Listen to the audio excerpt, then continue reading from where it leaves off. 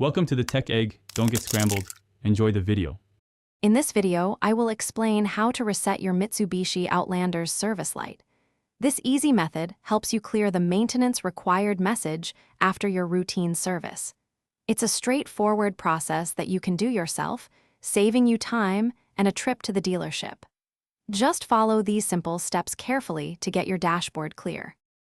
To begin, make sure your Mitsubishi Outlander's engine is completely off. Next, find the Info or Multi-Information button, usually located near your instrument cluster. Press this button several times. You'll cycle through various display options until you see the service reminder, often represented by a small wrench icon or a maintenance required message. Once the wrench icon or maintenance message is visible, press and hold the Info button.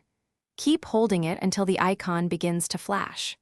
After it starts flashing, release the button, then immediately press it again with a quick tap. The display should then show a clear message or indicate that the service interval has been reset, often to a new mileage or time. Finally, turn your vehicle's ignition back on to verify that the service light has been successfully reset and is no longer displayed. It's important to remember that resetting the light should always follow actual maintenance, like an oil change. This simple procedure helps keep your dashboard clear and your vehicle's service schedule on track. Thanks for watching. Consider subscribing if I helped unscramble your problems.